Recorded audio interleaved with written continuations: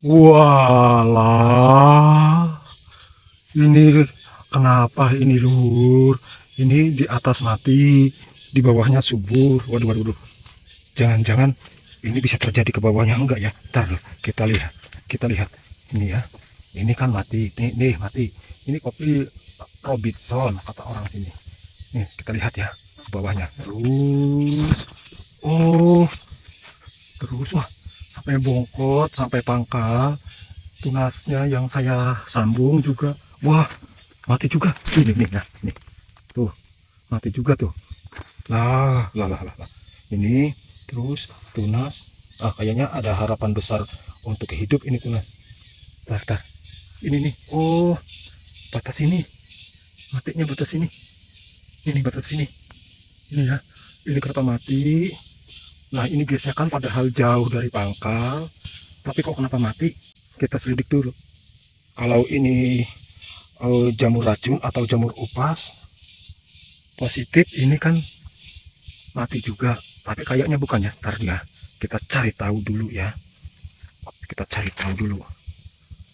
Kita cari tahu dulu. Oh, nih. Jangan ini loh.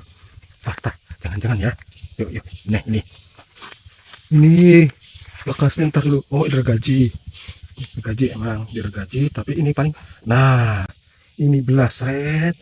Nah, ini kan pas belah ini turun hujan bleduk. Nah, air hujan tersebut menyerap ke dalam belahan ini. Nih, nyerap. Terus dia di dalam itu jadi jamur. Setelah menyerap, mengendap, flu. Iya. Ini flu, Lur. Bagaimana Lur pendapat jenengan Lur? Ini flu, meriang, demam. Nah, itu.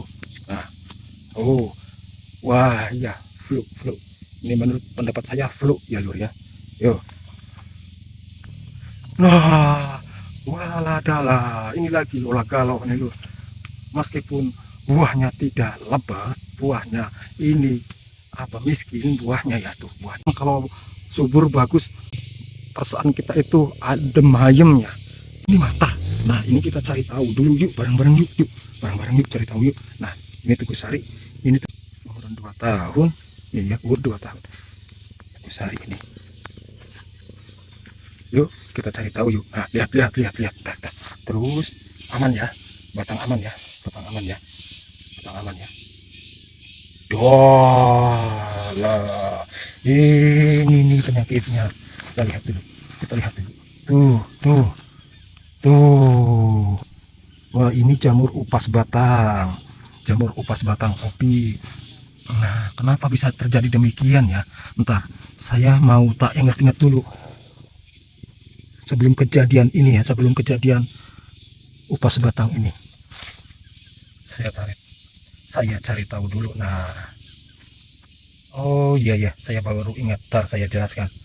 Assalamualaikum warahmatullahi wabarakatuh. Halo Lur, jumpa lagi dengan saya Bang Jet bersama Sudut Kopi, di mana saya akan selalu menerangkan keadaan-keadaan yang buruk yang menimpa pada batang kopi ataupun kebun kopi, dan sesuatu pekerjaan yang salah serta sesuatu kegiatan yang sia-sia, bahkan termasuk pekerjaan yang merugikan usaha kita sendiri. Nah, itu ya Lur ya. Nah, di samping saya ini tadi kopi yang sudah saya jelaskan. Ntar dulu Lur, ini banyak nyamuk banget. Nah, ini tadi batang yang sudah kita lihat bersama-sama ya. Waktu itu, kalau nggak salah ini ya, saya waktu ini pas nunas batang kopi. Padahal lunasnya pakai golok, tapi emang lecet gitu kan. Nunas pakai golok otomatis lecet karena tunasnya sudah gede.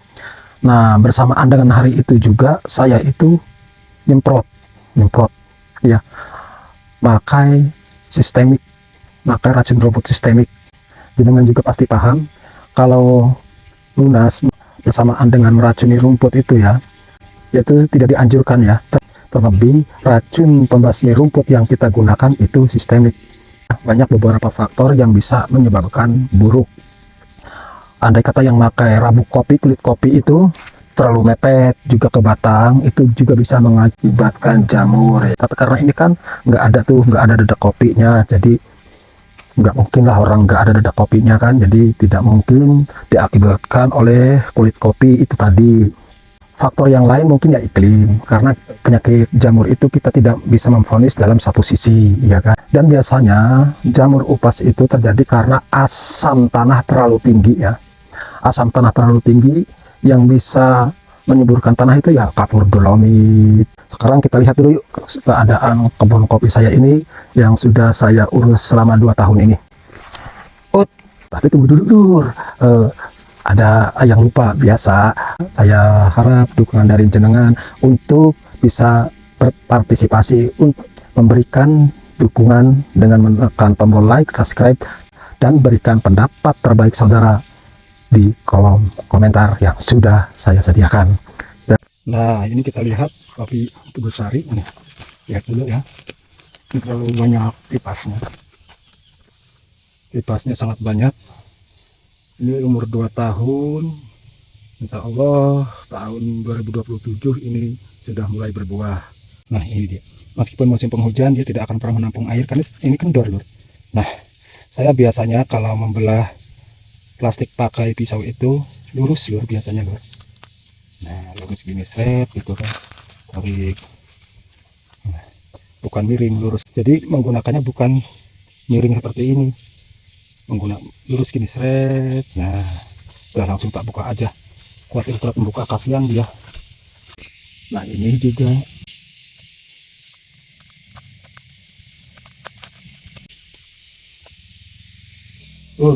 ini kopi Robinson selalu bagus terus ya buahnya. Robinson itu cocok ya.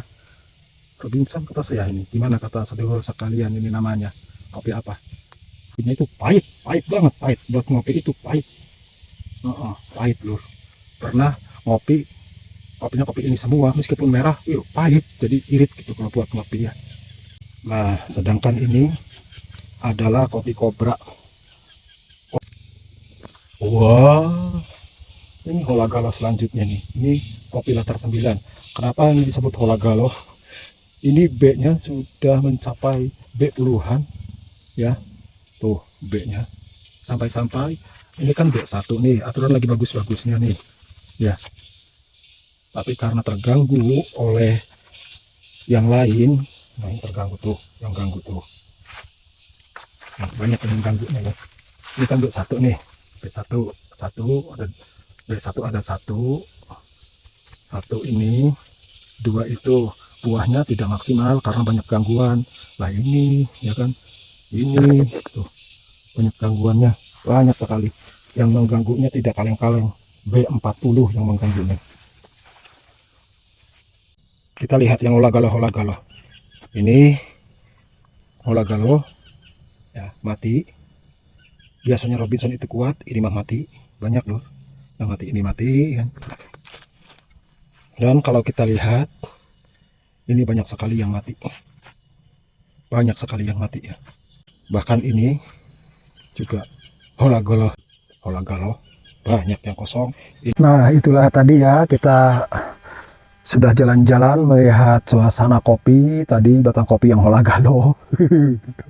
Aduh, banyak yang Hola Galoh Lur, serta ya, persen kopi yang banyak yang matinya tadi sudah kita lihat. Jadi ada 2 poin yang akan saya terangkan di sini, yang akan saya kasih tahu dari pengalaman saya gitu ya. Bukan menggurui, cuma saya berbicara dari pengalaman. Bukan melalui media, bukan melalui kata orang.